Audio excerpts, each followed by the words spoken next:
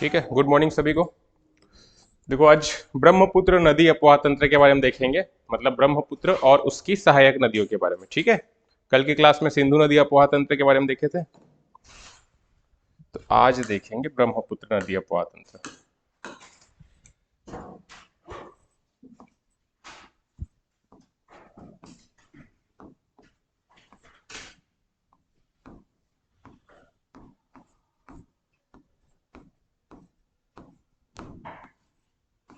ब्रह्मपुत्र नदी अपवाह तंत्र, ठीक है।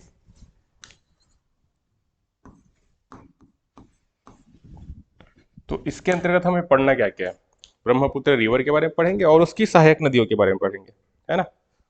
नदी अपवाह तंत्र हम यही पढ़ते हैं, और जो जो इंपॉर्टेंट पॉइंट्स है जहां से क्वेश्चन आ सकते हैं उसको डिस्कस करते हुए चलेंगे, है ना। तो सबसे पहले तो बात करते हैं इसके ओरिजिन की, और उससे पहले देख लेते हैं जैसे ब्रह्मपुत्र नदी अपवाह तंत्र, ठीक है, कितने देशों में ब्रह्मपुत्र नदी का बेसिन है। अगर इस प्रकार से क्वेश्चन है तो याद रखना, एक है तिब्बत यानी चाइना जहां से निकल रही है, ठीक है। दूसरा तो इंडिया तो पता ही है, फिर इंडिया के बाद बांग्लादेश में जा रही है, तीन हो गया। लेकिन एक कंट्री जो आपको याद रखनी वो है भूटान, ठीक है। भूटान में भी ब्रह्मपुत्र नदी का बेसिन है। तो टोटल कितने कंट्री हो गए, चार कंट्री, ठीक है। अगर बेसिन की बात करें तो चार कंट्री याद रखना, क्योंकि भूटान में डायरेक्टली तो फ्लो करेगी, ठीक है। लेकिन क्योंकि कई सहायक नदियां हैं जिनका उद्गम भूटान से हुआ है और जो वापस किस में जाके मिल रही है, ब्रह्मपुत्र में, ठीक है। तो इसलिए अगर बेसिन की बात करें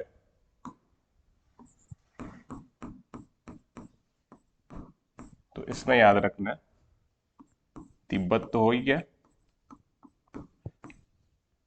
फिर भूटान, फिर भारत और बांग्लादेश,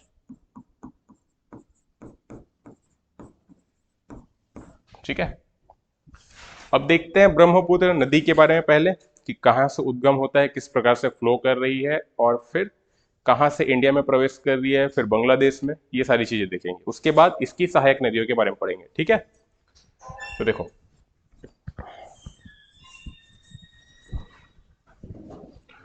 तो सबसे पहले तो बात करते हैं उद्गम की। ब्रह्मपुत्र नदी का उद्गम कहां से हो रहा है, पहली बात, ठीक है। तो कल के जैसे क्लास हम लोग देखे थे सिंधु नदी के उद्गम के बारे में। कहां से हुआ था सिंधु नदी का उद्गम, मानसरोवर लेक के नॉर्थ में, कैलाश, ठीक है, पर्वत। और पर्टिकुलर क्या था ग्लेशियर का नाम, बोखरचू हिमानी या फिर चेमा युंगडुंग ग्लेशियर, ठीक है। तो वो जो चेमा युंगडुंग ग्लेशियर था ना, उसको यहां पे भी याद रखना है, ठीक है। तो एक कहा जाता है, देखो तिब्बत का पठार तो हमें पता ही है,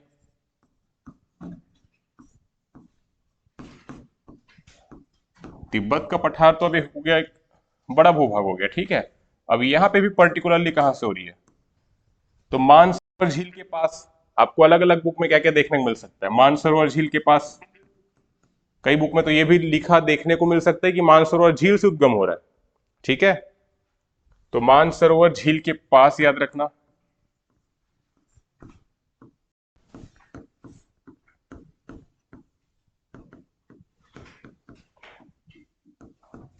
इसके अलावा, क्योंकि आपको पता है मानसरोवर झील के पास ही कैलाश पर्वत भी है, ठीक है। तो कैलाश पर्वत के पास ये भी लिखा देखने को मिल सकता है आपको। तो अगर एग्जाम में क्वेश्चन आ जाएगा ना, तो इनमें से कोई भी अगर रहेगा तो वो सही रहेगा, ठीक है। तो इसलिए सारी जो बातें वो क्लियर कर रहा हूं, कैलाश पर्वत के समीप,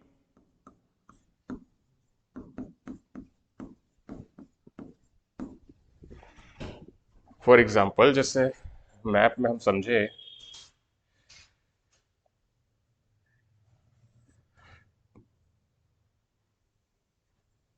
तो कुछ यहां पास से मानसरोवर लेक मान लेते हैं, और कुछ इस प्रकार से इधर कैलाश पर्वत मान लेते हैं।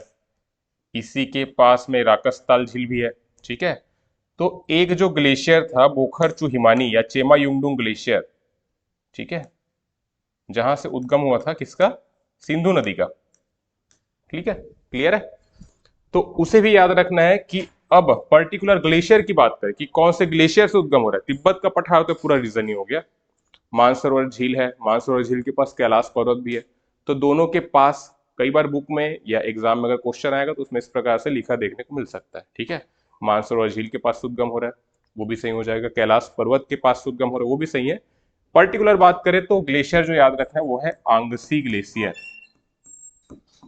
ठीक है। आंगसी ग्लेशियर या आंगसी हिमनद का है। क्लियर है। अब कुछ बुक्स में आपको ये भी देखने को मिलेगा, जब सिंधु नदी में हम देखे थे चेमा युंगडुंग ग्लेशियर, तो कुछ बुक्स में ये लिखा देखने को मिलेगा चेमा युंगडुंग ग्लेशियर।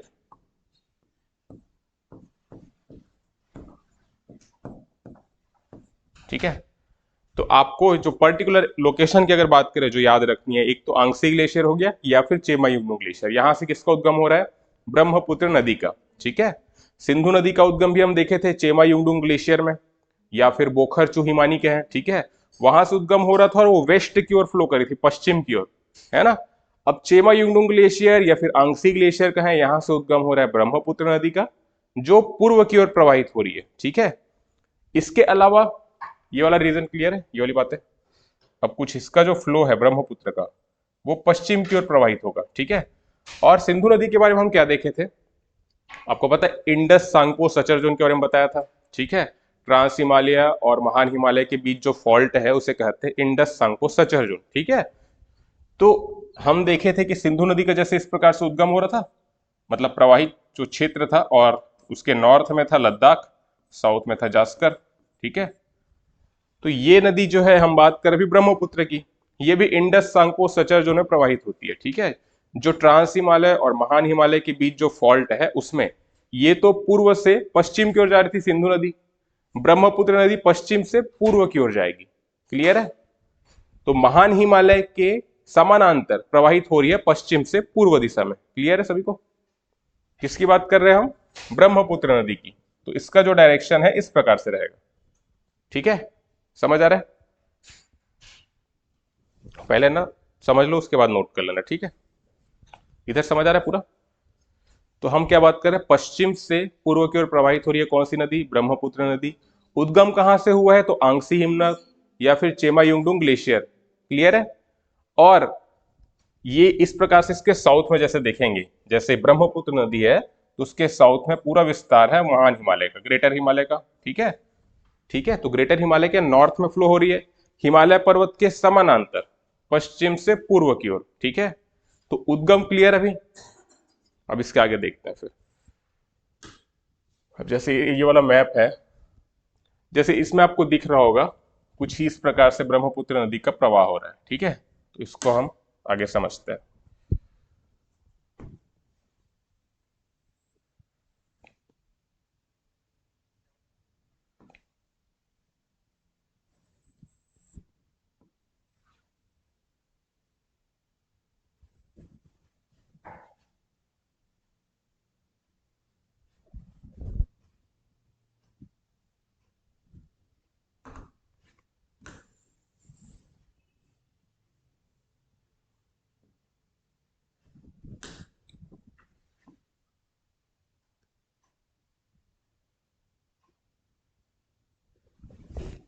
देखो, तो यहां से हम मानते हैं उद्गम हो रहा है किसका? ब्रह्मपुत्र नदी का। ठीक है। और ये इस प्रकार से पश्चिम की ओर प्रवाहित हो रही है, और यहाँ पे पूरा ग्रेट हिमालय का विस्तार है, ये कंटिन्यूअस रेंज है। ठीक है।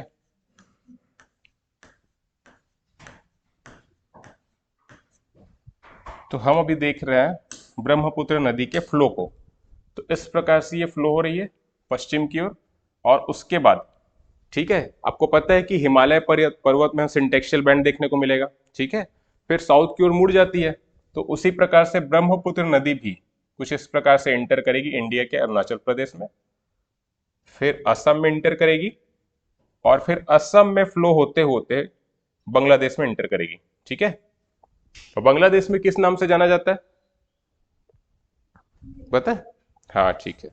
तो अब पहले नाम देख ले। तो उद्गम क्लियर हो गया ब्रह्मपुत्र नदी का। क्वेश्चन कैसे कैसे आ सकते हैं? पहला बात तो यही हो गया कि ओरिजिन पे क्वेश्चन आ सकते हैं। ठीक है। तो तिब्बत पठार तो पता ही है, ये पूछा जा सकता है आंगसी हिमनद या चेमा युंगडुंग ग्लेशियर। क्लियर है। इसके बाद उद्गम तो हो गया, फ्लो भी हम देख लें, पश्चिम से पूर्व की ओर फ्लो हो रही है। ठीक है। महान हिमालय के उत्तर में समानांतर। ठीक है। तो तिब्बत वाले रीजन है ब्रह्मपुत्र नदी को किस नाम से जाना जाता है? तो आपको नाम याद रखना है, दो नाम याद रखने हैं। एक तो हो गया यारलुंग जांगबो या फिर सांगपो भी कहा जाता है। किसको कहा जा रहा है? ब्रह्मपुत्र नदी को। कहां पे? तिब्बत में। ठीक है, तो ये तो नाम हो गया तिब्बत में, है ना। अब इंडिया में इंटर की तो सबसे पहले कहां से की? अरुणाचल प्रदेश से की। ठीक है, तो अरुणाचल प्रदेश में इसे क्या नाम से जाना जा रहा है? इससे यहां पे लिख लेते हैं, दिहांग नाम से इसे जाना जाता है। ठीक है, दिहांग भी कहते हैं या फिर सियांग भी कहते हैं। और इस नाम के आपको जिले भी देखने को मिलेंगे अरुणाचल प्रदेश में। ठीक है, नदी जिस स्थान से प्रवाहित हो रही है उस स्थान में जो जिला है उसका नाम नदी के नामकरण के आधार पर किया गया। तो सियांग डिस्ट्रिक्ट आपको देखने को मिलेगा। ठीक है, तो सियांग जिला कहें या दिहांग जिला कहें, वो दिहांग नदी पे ही बेस्ड है। ठीक है, दिहांग नदी किसे कह रहे हैं? सांगपो को, है ना। अब देखो, ये तो बात की हमने किसकी? अरुणाचल प्रदेश में इंटर होने के बाद। तो यहाँ पे जैसे हम सिंधु नदी के बारे में क्या देखे थे, लद्दाख श्रेणी को काटकर एक गॉर्ज का निर्माण कर दिया, क्या नाम था? बुंजी गॉर्ज था। तो उसी प्रकार से वहां पे लद्दाख श्रेणी को काटा था। ठीक है, सिंधु रिवर ने। अभी यहाँ पे ब्रह्मपुत्र नदी किस माउंटेन पर्वत को काटेगी? किस पर्वत को काटेगी?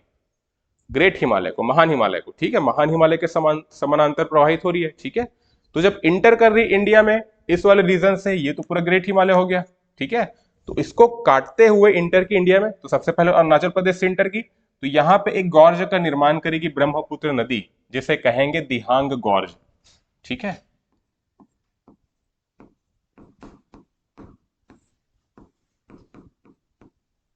और गॉर्ज क्या होता है तो पता है, कल बता दिया था। ठीक है, तो दिहांग गॉर्ज के बारे में याद रखना है। निर्माण किसने किया? ब्रह्मपुत्र नदी ने। कौन से कंट्री में है? तो इंडिया में है। अगर राज्य पूछे तो अरुणाचल प्रदेश है। क्लियर है? ऑनलाइन में क्लियर है सभी को?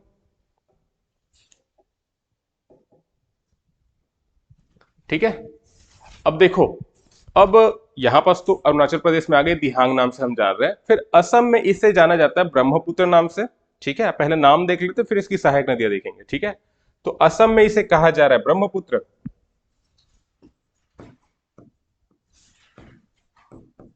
और फिर जब ये पश्चिम बंगाल में एंटर करेगी तब इसे जाना जाएगा कौन से नाम से? जमुना नाम से। ठीक है, फिर आगे हम देखेंगे गंगा नदी को पद्मा कहा जा रहा है, बराक नदी आएगी जिसे मेघना कहा जाएगा, और अल्टीमेटली जब ये मिलेगी बे ऑफ बंगाल में तब मेघना नाम से मिल जाती है। ठीक है, तो नाम पहले क्लियर है। अब नाम में क्वेश्चन कैसे आ सकता है? तिब्बत वाले रीजन में क्या नाम कहा जा रहा है? तो यारलुंग जांगबो या फिर सांगपो। ठीक है, क्लियर है। इसके बाद अरुणाचल प्रदेश में दिहांग कहते हैं या फिर सियांग कहते हैं, है ना। असम में कहा जाता है ब्रह्मपुत्र और पश्चिम बंगाल में जमुना। ठीक है, क्लियर इतना। अब इसके सहायक नदियों को समझते हैं। ठीक है, इससे पहले इसके लेंथ की अगर हम बात करें, ठीक है, कितनी लंबाई है, तो लगभग 2900 किलोमीटर इसकी लंबाई है। ठीक है, 2900 किलोमीटर टोटल लेंथ है किसका? ब्रह्मपुत्र का। ठीक है, और इंडिया में बात करें तो इंडिया में लगभग 916 किलोमीटर के आसपास इसकी लेंथ है। ठीक है, अब अलग अलग बुक्स में अलग अलग डेटा देखने को मिलेंगे फिर। ठीक है, आपको कोई मैसेज किया था कि आप किए थे क्या? हाँ, क्या वाला किए थे? कुछ डाउट था? हाँ हाँ, क्या चीज? लेंथ वाला कुछ क्वेश्चन किए थे ना, लंबाई के बारे में। 2 मिनट ना,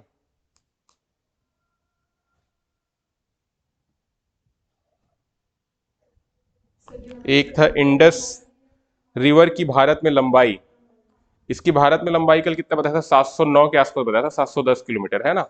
वो अलग अलग बुक्स में अलग अलग डेटा देखने को मिलेगा। टोटल लेंथ कुछ बुक्स में 2880 मिलता है, कुछ में 3180 मिलता है। जैसे आप विकिपीडिया में देखेंगे तो 3180 दिखेगा, बुक्स में 2880 दिखेगा। ठीक है, तो बुक्स का आंसर लेना ज़्यादा सही है। ठीक है, पहली बात, क्योंकि अगर कल के डेट में अगर दावापत्ती वाला कोई सिस्टम आता है तो बुक का ज़्यादा मान्य रहेगा, ना कि विकिपीडिया का। ठीक है, और दूसरी बात, जो हल्दिया सी पोर्ट के बारे में क्वेश्चन किए थे ना, तो हल्दिया का ऐसा है कि 13 मेजर पोर्ट्स में लिया जाता है, 13th नंबर है पोर्ट ब्लेयर को, पहली बात। ठीक है, कुछ बुक्स में हल्दिया को दिखाया, पोर्ट ब्लेयर को नहीं दिखाया है।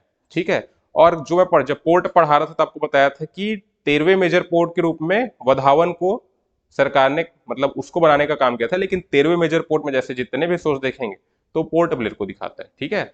हल्दिया मेजर पोर्ट में नहीं दिखाता है, हल्दिया का विकास किया गया था कोलकाता बंदरगाह के भार को कम करने के लिए, ठीक है, जैसे नाहवा सेवा को बनाए थे मुंबई के भार को कम करने। तो प्रमुख पोर्ट है बट मेजर पोर्ट में नहीं दिखाते उसे, ठीक है। तो क्वेश्चन मेजर पोर्ट कौन कौन से इस प्रकार से आए, चांस कम है, ऐसा पूछा जा सकता है कि कहाँ पे स्थित है हल्दिया के। दूसरी बात मतलब पूर्वी तट पश्चिमी तट इस प्रकार से याद रखना है, कहाँ पे स्थित है ये सारी बातें याद रखना है। और प्रमुख पोर्ट है, मेजर पोर्ट में तो नाम वैसे नहीं आता है, ठीक है, क्योंकि जितने भी सोर्स आप देखेंगे पोर्ट ब्लेयर को दिखाएगा 13 मेजर पोर्ट में, है ना। कुछ जगह पे तो 12 मेजर पोर्ट दिखाएंगे, तो 13वां जहां पे दिखा रहा है वहां पे पोर्ट ब्लेयर को दिखाता है। एक दो जगह में आपको हल्दिया दिखेगा, वहां पे पोर्ट ब्लेयर नहीं है, ठीक है। तो कंफ्यूजन है, तो कंफ्यूजन जहां पे है वहां से क्वेश्चन आए उसके चांस है, ठीक है। आएगा तो ये पूछ के नहीं आएगा कि मेजर पोर्ट है कि नहीं है, ठीक है, क्लियर है। और अगर आ भी गया तो फिर नहीं लेना, क्योंकि मैक्सिमम सोर्स में पोर्ट ब्लेयर को लिया जाता है, ठीक है, क्लियर है। तो ये तो हो गया 2900 किलोमीटर, और इंडिया में इसकी लेंथ की बात करें तो लगभग 916 किलोमीटर। और ये बुक्स के अकॉर्डिंग बात कर रहा हूं, क्योंकि अलग अलग सोर्स में डेटा में थोड़ा डिफरेंस है, ठीक है, क्लियर है इतना। तो ये हो गया, देख लिया अपन। यहां पे यांगसी ग्लेशियर है,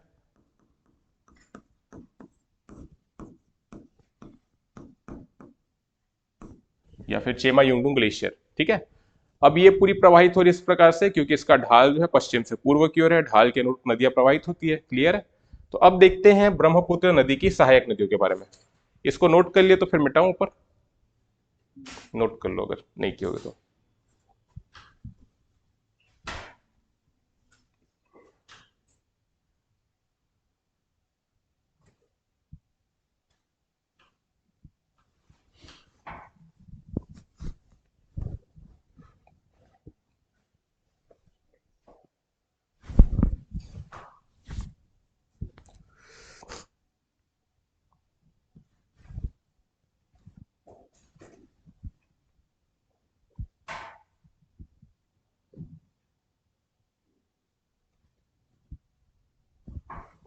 हो गया, चार ही नाम याद रखने, यारलुंग, जांगो या सांगपो। दिहांग हो गया, ब्रह्मपुत्र तो पता ही है, फिर जमुना, ठीक है। अब इसकी सहायक नदियों को देखते हैं। यहां से कई बार क्वेश्चन कैसे आते हैं कि निम्नलिखित में से कौन सी ब्रह्मपुत्र में दाईं ओर से मिलने वाली सहायक नदियां हैं, तो कौन सी बाईं ओर से मिलने वाली सहायक नदियां हैं, ठीक है। और सहायक नदियों को देखेंगे तो कौन कौन से राज्य से प्रवाहित हो रही है, ठीक है, अपवाह क्षेत्र। तो इस प्रकार से जनरल क्वेश्चन आता है, क्लियर है। तो देखो सबसे पहले देखते हैं बाईं ओर की सहायक नदियां, ठीक है, यानी left bank tributary. Left bank बोले यानी इस प्रकार से जो नदी मिलेगी, ठीक है, क्योंकि नदी जब इस प्रकार से प्रवाहित हो रही है तो बाईं ओर मतलब इस साइड से हुआ, क्लियर है। तो इसको लेफ्ट बैंक बोलेंगे, या फिर इसको साउथ तरफ से जो नदी मिल रही है, ठीक है, दक्षिण की ओर से इधर से जो नदी मिलेगी उसको बोलेंगे उत्तर की ओर से, क्लियर है। लेफ्ट और राइट तो पता है ना नदियों का, जैसे नदी का बोलेंगे लेफ्ट बोलेंगे इधर, तो इस प्रकार से जो नदी मिलेगी वो लेफ्ट होगा, ठीक है। जबकि नदी जब इधर आ जाएगी तो फिर ये वाला डायरेक्शन लेफ्ट हो जाएगा, क्लियर है ना, नदी के फ्लो को ध्यान में रखते हुए, क्योंकि क्वेश्चन ऐसे ही आता है लेफ्ट बैंक राइट बैंक, या कभी नॉर्थ साउथ हो गया, नॉर्थ करेंगे तो ये वाला हो गया, ठीक है। अब इधर जब प्रवाहित हुई नदी तो इसमें नॉर्थ करेंगे तो ऊपर से ही हो गया, ठीक है, साउथ करेंगे नीचे हो गया, ठीक है, क्लियर इतना। तो दाईं ओर से और बाईं ओर से मिलने वाली सहायक नदियां कौन कौन सी, इस प्रकार के क्वेश्चन आते हैं, है ना। तो उसको देखते चलते हैं, पहले देखते हैं इंडिया में इंटर की, उसके बाद से कौन कौन सी प्रमुख नदियां हैं जो ब्रह्मपुत्र की सहायक है उसको समझते हैं, ठीक है। तो इंडिया में इंटर की दिहांग गॉर्ज से, और उसके बाद बाईं ओर से कौन कौन सी नदी मिल रही है उसको देखते हैं। तो एक नदी तो यहां पे मिलेगी, वो है दिहांग, तो समझ लिए। फिर देखते हैं देबांग नदी,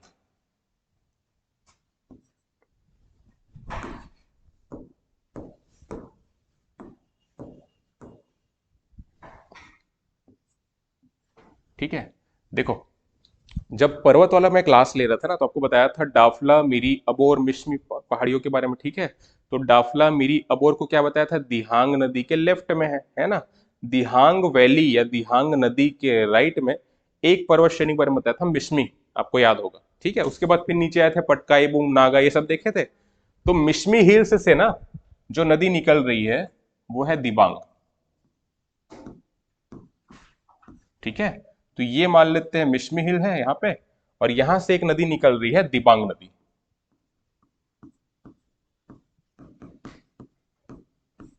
क्लियर है? तो एक तो प्रमुख सहायक नदी हो गई दिबांग, किधर से? लेफ्ट बैंक से, बाईं ओर से, है ना, बाईं ओर से मिलने वाली सहायक नदियां।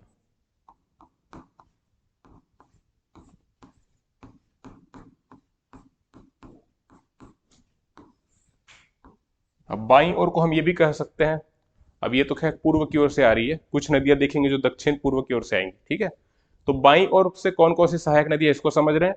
एक हो गया दिबांग, ठीक है, कहां से उद्गम हो रहा है? मिश्मे हिल्स से। क्लियर है? अब देखो, फिर ये वाला जो तिब्बत वाला रीजन है इस प्रकार से प्रवाहित होते हुए थे, तिब्बत हो गया, म्यांमार का क्षेत्र हो गया, और इंडिया में इस प्रकार से इंटर करती है एक नदी, और उसका नाम है लोहित नदी। ठीक है,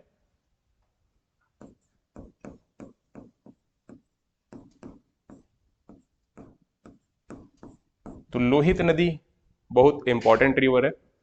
कौन से राज्य में प्रवाहित होती है? अरुणाचल प्रदेश, असम में प्रवाहित हो रही है।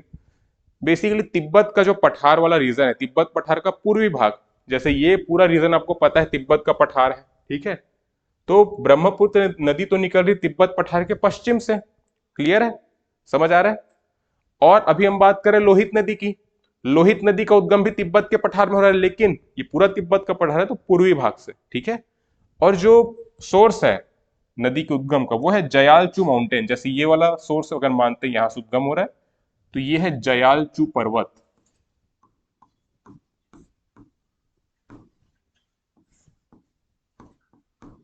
यहां से किसका उद्गम हो रहा है? लोहित नदी का।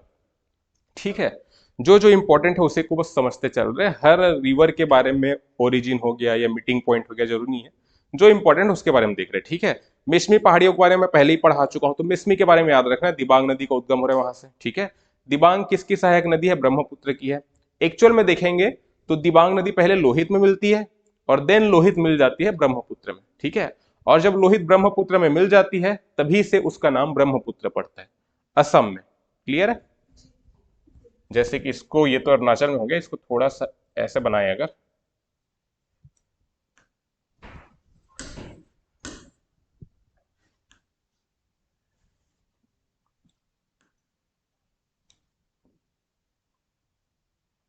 कुछ इस प्रकार से बनाते हैं।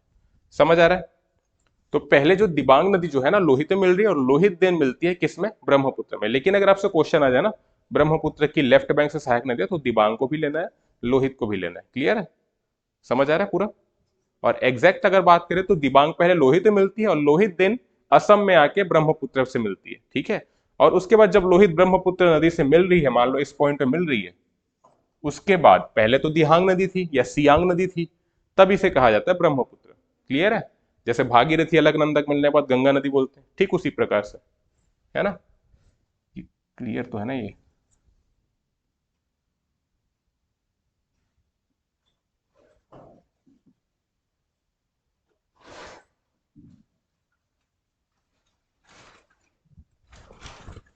तो इतना क्लियर है अभी तक? दिबांग नदी देखिए, लोहित नदी देख लिया, लोहित नदी का उद्गम है जयालचू पर्वत, ये दोनों हो गए लेफ्ट बैंक से, है ना, बाईं ओर से। अब इसके बाद एक प्रमुख नदी जो आपको याद रखना है, जैसे ये तो हो गया अरुणाचल प्रदेश, और इसके साउथ में है नागालैंड। ठीक है, तो नागालैंड में एक माउंटेन है जिसका नाम है लैसांग पीक, या लैसांग चोटी के हैं। यहां से उद्गम हो रहा है एक नदी का जिसका नाम है धनसिरी। ठीक है, तो इस प्रकार से मान लेते हैं धनसिरी नदी मिल रही है।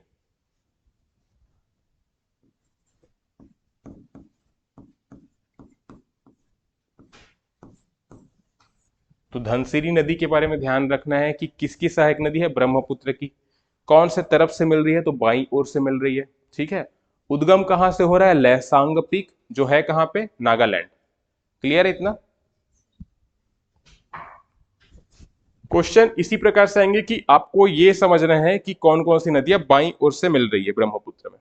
दिबांग देख ले, लोहित देख ले, धनसिरी देख ले, एक और देखेंगे कपिली जो प्रमुख है, ठीक है। छोटी छोटी तो काफी सारी मिलती है, जैसे एग्जाम में क्वेश्चन आते हैं उनको हम समझते चल रहे हैं। तो दिबांग है, लोहित है, धनसिरी है और एक कपिली देखेंगे। क्लियर है? चार नदियां देखेंगे जो बाईं ओर से मिले लेफ्ट साइड से। तो धनसिरी नदी का उद्गम कहाँ से हो रहा है? लैसांग पीक, नागालैंड से, और नागालैंड के बाद असम विंटर की, और फिर जाके मिल गई किसमें? ब्रह्मपुत्र में। ठीक है, तो इतना क्लियर हुआ अभी तक। फिर एक नदी देखेंगे जो मेघालय के प्लाटेऊ से उद्गम जिसका हो रहा है, और वो जाके मिलेगी ब्रह्मपुत्र में। इसका नाम है कपिली।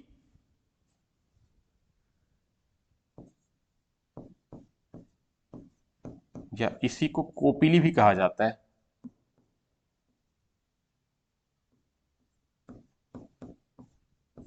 कपिली रिवर कहें या कोपिली रिवर कहें, ठीक है। किसकी सहायक नदी है? ब्रह्मपुत्र की। उद्गम हो रहा है मेघालय पठार से।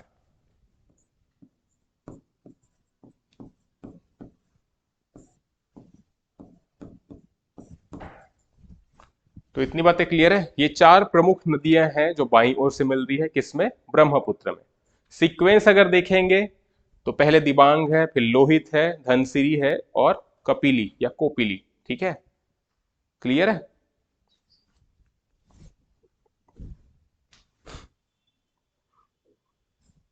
इसके अलावा कभी कभी क्या आ जाता है, निम्नलिखित में से कौन सी ब्रह्मपुत्र की सहायक नदी, और ऐसे नदियों के नाम रहेंगे जो आप बुक्स में आपको कम देखने को मिलेंगे। ठीक है, तो कुछ और छोटी छोटी नदियों के ना, एक दो नदियों के नाम याद रख लेना, कभी क्वेश्चन आ जाए कि किसकी सहायक नदी है, गंगा की है, ब्रह्मपुत्र की है, दामोदर, किस प्रकार से, तो आपको सॉल्व करते बनेगा।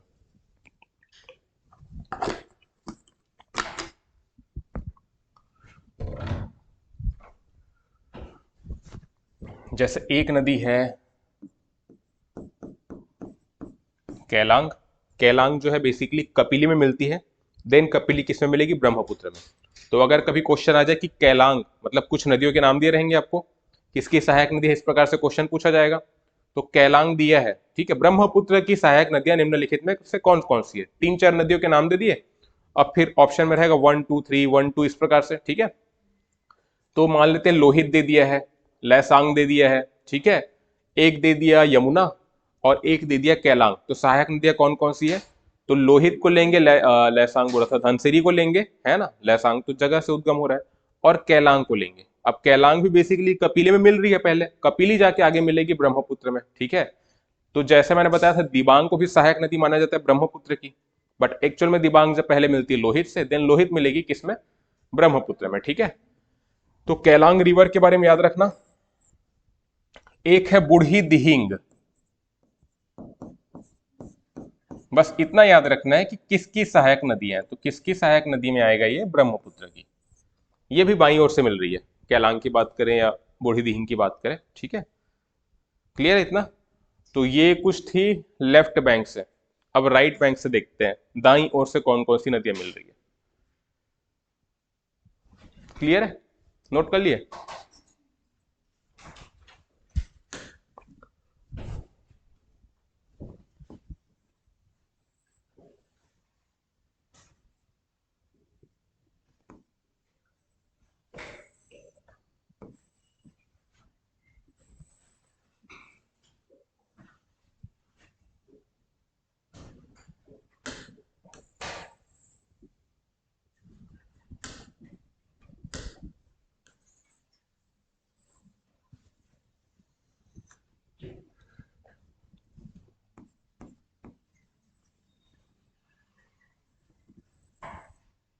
कुछ ज्यादा ही आगे हो गया।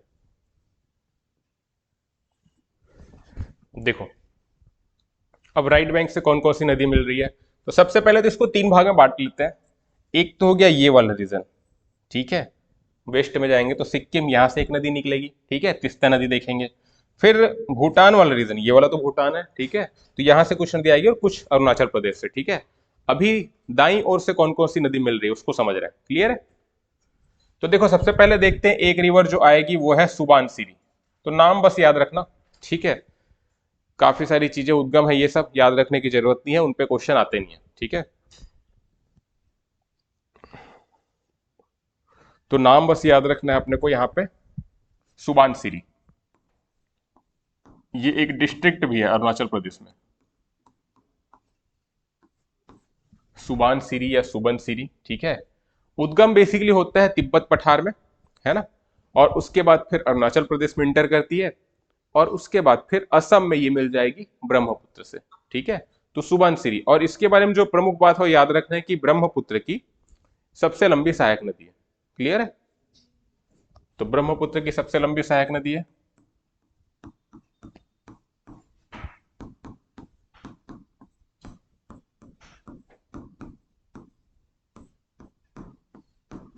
लगभग लंबाई है 422 किलोमीटर।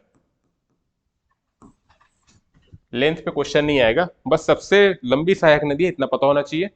ब्रह्मपुत्र की सहायक नदी है, और दाई ओर से मिल रही है। ये दाया और बाया वाला जो चीज है ना, हर नदी में याद रखना है। चाहे गंगा नदी पढ़ेंगे वहां पे भी, इंडस वाले में तो कल बताया भी था, और अभी देख रहे हैं ब्रह्मपुत्र।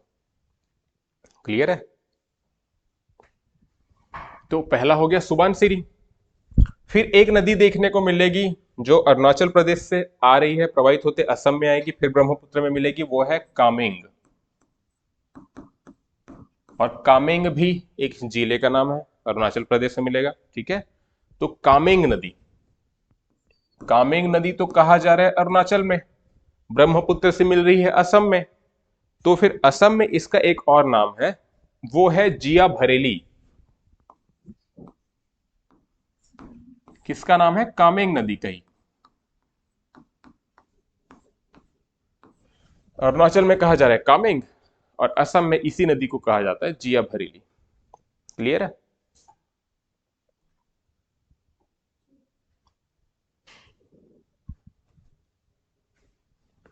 पुराने वाले मैप में बनाता तो पूरा हौच पौच हो जाता, इसलिए नया मैप बनाया, क्योंकि इधर फिर इसमें मिला लेंगे लास्ट में। देखो एक नदी तो हो गई, इसको ड्रॉ करते हैं।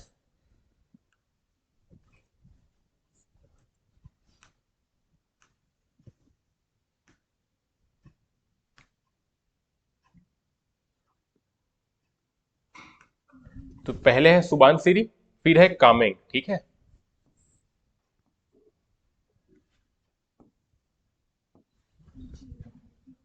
इसको मिटा देते हैं, कंफ्यूजन होगा।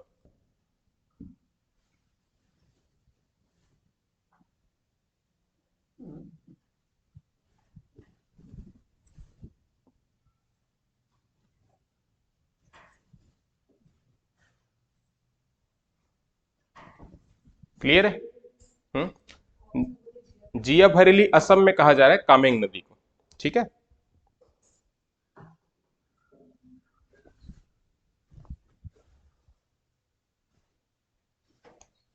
अगर ब्रह्मपुत्र की सहायक नदियों पे क्वेश्चन आ गया, और कामेंग तो याद है, कामेंग आपको आसानी से याद हो जाएगा। अरुणाचल प्रदेश का मैप देखोगे तो वेस्ट साइड में एक जिला है कामेंग, ठीक है, उसमें नहीं दिखेगा, गूगल में डाउनलोड करना। हाँ वो तो पॉलिटिकल वाला है, डिस्ट्रिक्ट मैप डाउनलोड करोगे ना तो दिखेगा।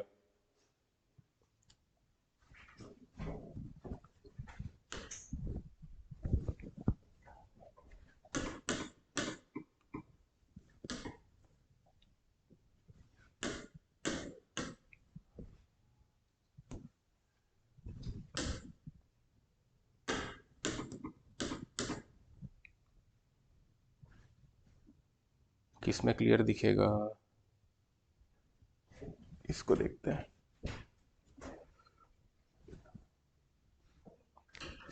देखो ये दिखा, वेस्ट कामेंग, ईस्ट कामेंग, है ना। तो कामेंग बेसिक करो, यहाँ पे आप अगर आपको दिख रहा हो तो कामेंग रिवर है, ये छोटा सा लिखा है, नहीं दिख रहा है ना, मोबाइल में देखना, ठीक है, दिख रहा है ना। हाँ, तो वो क्योंकि देखो रिवर के नाम पे ही जिले का नाम है ना, तो कामेंग रिवर है। इसी प्रकार से सुबानसिरी के बारे में बताया, देखो सुबानसिरी दिखा, अपर सुबानसिरी, यहाँ पे लोअर सुबानसिरी है। और दिबांग नदी के बारे में बताया था, दिबांग वैली, ये भी डिस्ट्रिक्ट है। लोहित भी जिले का नाम है ना, यहाँ पे देखो लोहित मिलेगा। और सियांग यानी कि दिहांग ब्रह्मपुत्र को कहा जा रहा है, तो यहाँ से इंटर करेगी, ठीक है। तो क्लियर है, जिलों के नाम के मतलब नदी के नाम के आधार पे जिलों का नाम है यहाँ पे काफी सारे, ठीक है। तो कामेंग तो पता है, और कामेंग को ही असम में कहा जा रहा है जिया भरेली। ठीक है, तो दो नदी हो गई, सुबनसिरी हो गई, कामेंग नदी हो गई। इसके बाद भूटान से कुछ नदी आ रही है। ठीक है, तो जो प्रमुख नदी है, एक है मानस, जैसे ये वाला रीजन भूटान है पूरा इस प्रकार से। ठीक है, तो ये भी तिब्बत और भूटान बॉर्डर के पास से इसका उद्गम हो रहा है मानस का। तो ये भूटान होते होते असम में प्रवाहित हो रही है, इंटर की, और इसका नाम है मानस। और मानस नेशनल पार्क के बारे में शायद आप लोग को पता होगा, पढ़े हो नहीं पढ़े हो? मानस नेशनल पार्क आपको मिलेगा असम में। ठीक है, मानस नदी के किनारे, जैसे Ramganga national park, Jim Corbett का नाम चेंज किए। ठीक है, इसी प्रकार से मानस नेशनल पार्क आपको मिलेगा असम में। ठीक है, मानस नदी के किनारे है, उसी के नाम पे नेशनल पार्क का नामकरण किया गया है। तो एक जो नदी याद रखना है वो है मानस नदी। ठीक है, प्रमुख सहायक नदी है ब्रह्मपुत्र की। तो ब्रह्मपुत्र की सहायक नदी इतना तो पता है, और कौन से तरफ से मिल रही है? दाईं तरफ से। ठीक है, तो ये छोटे छोटे फैक्ट है जो याद रखना, इसी प्रकार से क्वेश्चन आ सकते हैं। ठीक है, मानस नदी का उद्गम कहाँ से, और अगर पूछेगा तो तिब्बत से। ठीक है, लेकिन उतना नहीं पूछेगा वो। ठीक है, तिब्बत वाला हो गया, भूटान के नॉर्थ नॉर्थ में जाएंगे। ठीक है, तिब्बत रीजन से हो रहा है, भूटान में इंटर की, और भूटान की सबसे प्रमुख नदी है। ठीक है, जैसे इंडिया में हम बोलते हैं ना गंगा नदी सबसे प्रमुख है, तो उसी प्रकार से भूटान की सबसे प्रमुख नदी है मानस नदी, इंडिया में इंटर की। इसी नदी के पास में जो नेशनल पार्क इसके किनारे, उसे कहा जाता है मानस नेशनल पार्क। ठीक है, क्लियर है इतना? इसके बाद एक नदी देखेंगे, वो है संकोस। कौन सी नदी है? संकोस। हाँ हाँ,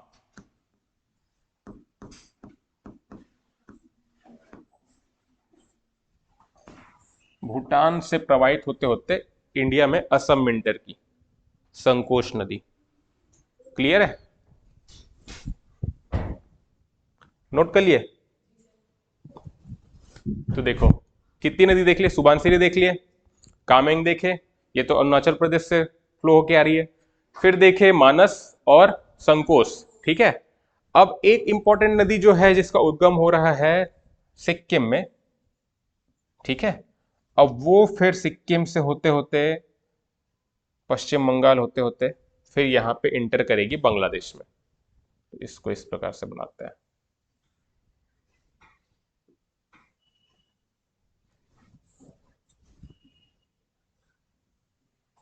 ये है तीस्ता नदी, सिक्किम की प्रमुख नदी है। तो सिक्किम में उद्गम हो रहा है किसका? तीस्ता नदी का। अब यहां से ओरिजिन वाला क्वेश्चन भी आता है, तो फिर ओरिजिन यानी उद्गम है चोलामू झील। तो चोलामू झील से उद्गम हो रहा है तीस्ता नदी का। और अगर झील जब मैं आगे पढ़ाऊंगा तो फिर चोलामू झील कौन से राज्य में है? तो सिक्किम में है। ठीक है, कौन सी नदी का उद्गम हो रहा है? तीस्ता नदी का। और तीस्ता नदी की ही एक प्रमुख सहायक नदी है सिक्किम में। ठीक है, इस पर भी क्वेश्चन आ सकता है, वो है रंगीत नदी। ये किसकी सहायक नदी है? तीस्ता की। इसको इधर लिख लेते हैं।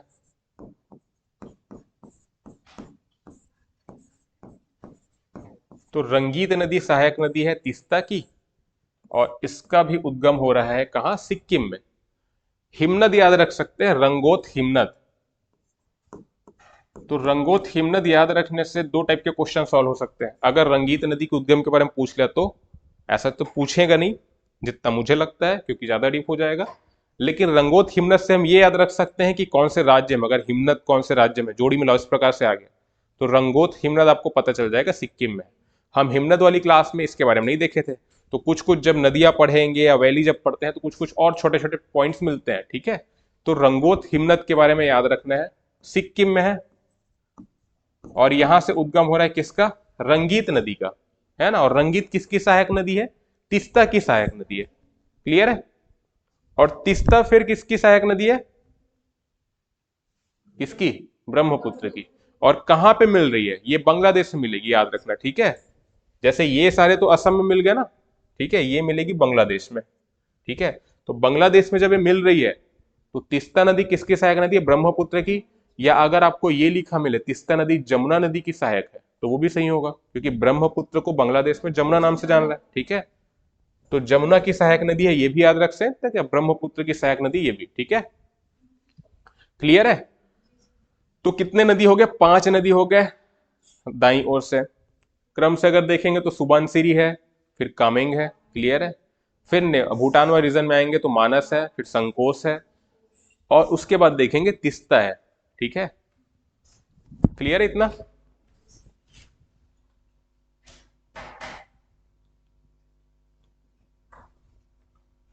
तो ये कुछ प्रमुख सहायक नदियां हैं। एक नदी और देख लेते हैं, ये नोट कर लिए।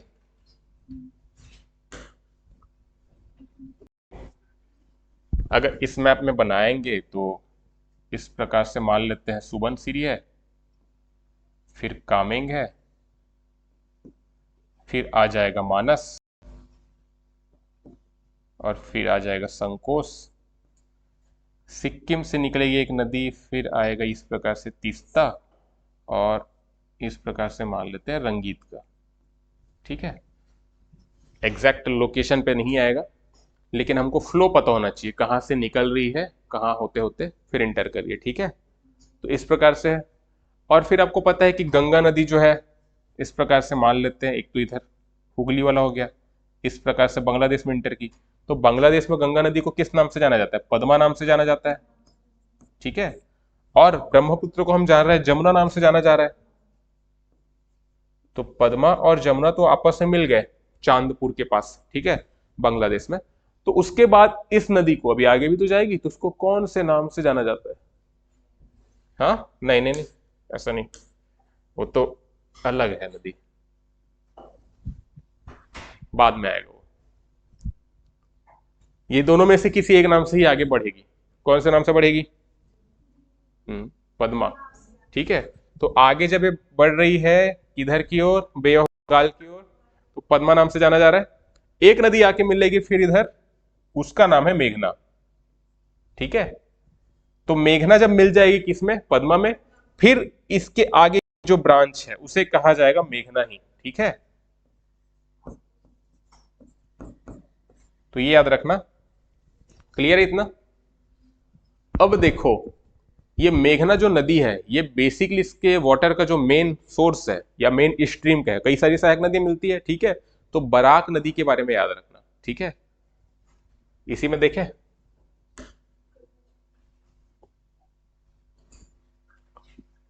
अगर इसमें बनाए, इस वाले मैप में, तो ज्यादा अच्छे से समझ आएगा।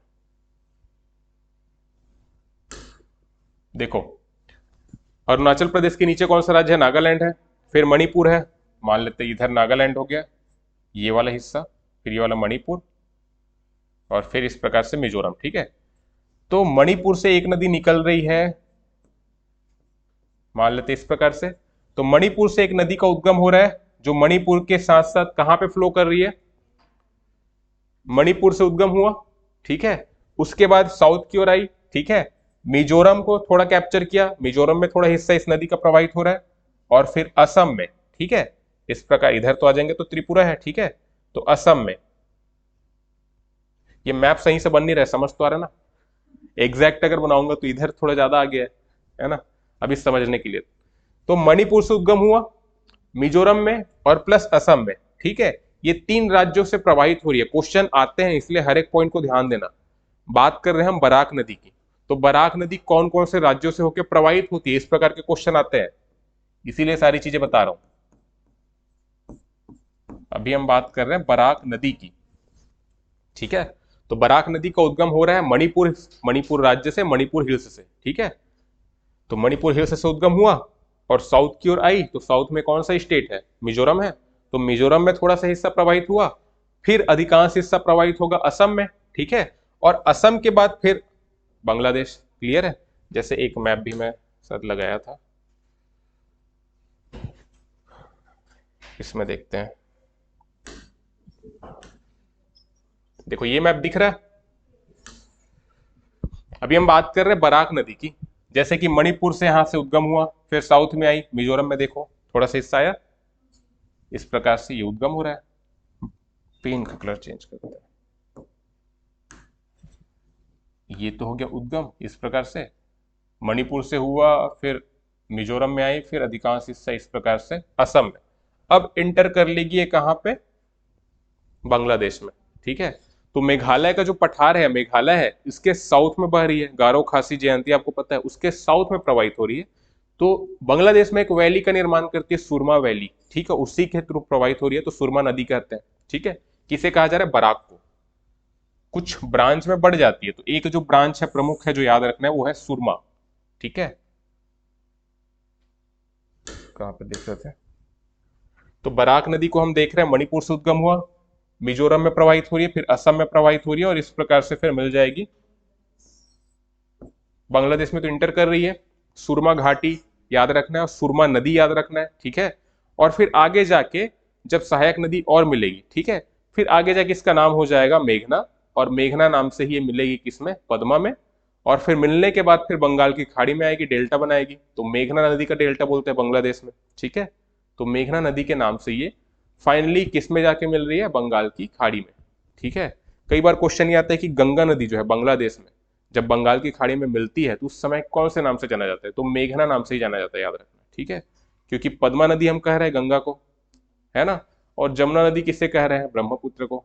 पद्मा और जमुना मिलेंगे बांग्लादेश में चांदपुर के पास, तो उसके बाद उसे कहा जाएगा पद्मा नदी, उसी नाम से आगे बढ़ेगी, फिर मेघना नदी आके मिल जाएगी, ठीक है। अब पद्मा का नाम चेंज होकर मेघना हो जाएगा बे ऑफ बंगाल में मिलने से पहले, ठीक है। तो इस प्रकार के ना क्वेश्चन आते हैं, समझ आ रहा है? सारा चीज क्लियर है? तो इस प्रकार से जैसे मेघना नदी मिली और फिर मेघना नाम से बंगाल की खाड़ी में मिल जाएगी, ठीक है। तो मेघना का डेल्टा बनाती है, बांग्लादेश में है, याद रखना सारा चीज क्लियर है पूरा। तो यहां से क्वेश्चन कैसे कैसे आ सकते हैं? ब्रह्मपुत्र नदी की दाईं ओर से सहायक नदियां और बाईं ओर से सहायक नदियां, इसमें क्लैरिटी होनी चाहिए, क्लियर है। और लेंथ की बात करें तो सबसे बड़ी जो सहायक नदी कौन सी थी? सुबानसिरी थी, ठीक है। बाकी लंबाई के बारे में नहीं पूछेगा, जैसे तीस्ता नदी की 315 किलोमीटर के करीब है, और मानस नदी की बात करें तो 376 के आसपास है, लेकिन लंबाई में सिर्फ सुबानसिरी याद रखना 422 किलोमीटर सबसे लंबी है, ठीक है। और अगर कोई भी क्वेश्चन आ जाए कि बाएं ओर से मिलने वाली सहायक नदी सबसे लंबी, तो आप ये याद रखना कपिली को, ठीक है। ये बाईं ओर से मिलने वाली सबसे लंबी सहायक नदी किसकी? ब्रह्मपुत्र की, ठीक है। तो इतनी बातें क्लियर है, तो यहीं तक करते हैं आज, ठीक है। Thank you.